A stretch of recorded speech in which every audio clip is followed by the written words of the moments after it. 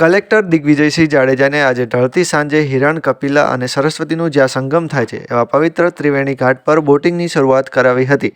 Collector સાથે જિલ્લા પંચાયત પ્રમુખ મંજુલાબેન મુછારા, વેરાવળ પાટણ નગરપાલિકા પ્રમુખ પલ્લવીબેન જાની, અગ્રણી મહેન્દ્રભાઈ સહિતના જનપ્રતિનિધિઓ અને અધિકારીઓ બોટમાં બેસીને દીવડાઓ વડે સંગમ આરતી કરી સાગર અર્ધ્ય અર્પણ કર્યું હતું. કલેક્ટરે નવીન ઉપક્રમની શરૂઆત કરાવતા જણાવ્યું હતું કે બનારસમાં જે રીતે શ્રદ્ધાળુઓ બોટમાં બેસીને ગંગા આરતી કરે છે તે જ તર્જ અને અહીં શ્રદ્ધાળુઓ બોટમાં બેસીને સંગમ આરતી કરી શકશે. નિયમોના અનુસાર લાયસન્સ પ્રક્રિયા પૂર્ણ કરીને આજે બોટિંગની શરૂઆત કરવામાં આવી છે.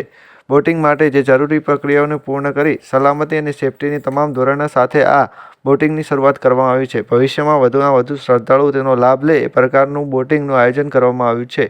કલેક્ટરમાં વધુમાં ઉમેર્યું હતું કે અહીં અસ્થિ વિસર્જન માટે પણ લોકો આવે છે, એમની સુવિધાઓ પણ બોટિંગમાં લાભ મળે.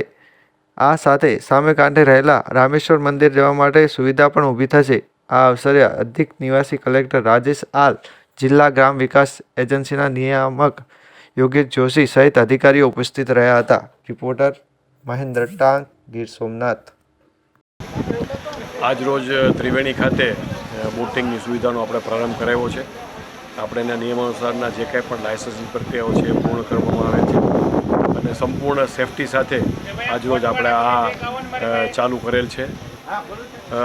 આમાં જે આપણો ભાવ એવો છે કે જે ત્રિવેણીની આરતી થાય ત્યારે બોટમાં શ્રદ્ધાળુઓ જેમ બનારસમાં સામે બોટમાં બેસીને આરતીના દર્શન કરે છે એવો લાભ અહીં પણ મેળવી શકે એ માટે આ સેવા શરૂ કરી છે.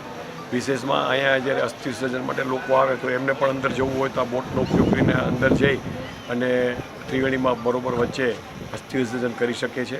બીજું આજુબાજુમાં જે ધારો કે સામે રામેશ્વર મંદિર છે તો ત્યાં પણ લોકોને જવું હોય તો જવાની સુવિધા અમે ટૂંક સમયમાં ઊભી કરી દઈશું.